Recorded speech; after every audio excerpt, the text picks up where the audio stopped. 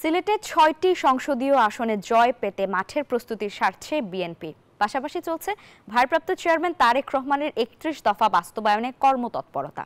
নেতারা বলছেন, দীর্ঘ ১.৫ যুগের নিপীড়ন নির্যাতনের পরও এই অঞ্চলে জনগণের আস্থা ধরে রেখেছে বিএনপি। দ্রুত নির্বাচন দেওয়ার দাবি নেতাকর্মীদের। সিলেট থেকে নাজাত আহমেদ পুরকায়স্থের রিপোর্টে বিস্তারিত। ছবি তুলেছেন সেলিম হাসান। দেশের রাজনীতিতে গুরুত্বপূর্ণ সিলেট। বিভিন্ন সময় সরকারের নানা দায়িত্ব পালন করেছেন এই অঞ্চলের সাংসদরা। তবে ১.৫ যুগ ধরে ক্ষমতার বাইরে থাকায় এই অঞ্চলে সাংগঠনিকভাবে বড় বিপর্যয়ে দেশের অন্যতম প্রধান রাজনৈতিক দল বিএনপি। তবে আগস্টের পর বদলে গেছে প্রেক্ষাপট।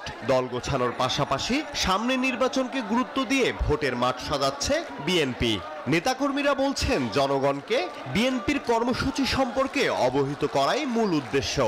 আমাদের দলের ভারপ্রাপ্ত চেয়ারম্যানের নির্দেশনা মোতাবেক আমরা আমাদের স্বাস্থ্যকর অল টাইম হানিকম, সব সময় অল টাইম হেলদি লাইফ কার্যক্রমগুলো পরিচালনা করছি। এবং আপনি নিশ্চয়ই জানেন যে আমরা আমাদের রাষ্ট্র কাঠামো মেরামতের যে ৩১ দফা, সেই ৩১ দফা ভিত্তিক যে আমাদের মানুষের কাছাকাছি যাওয়া, বিভিন্ন ওয়ার্ডে যাওয়া, বিভিন্ন ঘরে ঘরে যাওয়া, সেই কাজটি কিন্তু আমরা অব্যাহত রেখেছি। বর্তমান রাজনৈতিক বাস্তবতায় দ্রুত নির্বাচনের তাগিদ দিচ্ছেন স্থানীয় নেতাকর্মীরা। একটা অনির্বাচিত সরকার এখন রাষ্ট্র ক্ষমতায় আছে।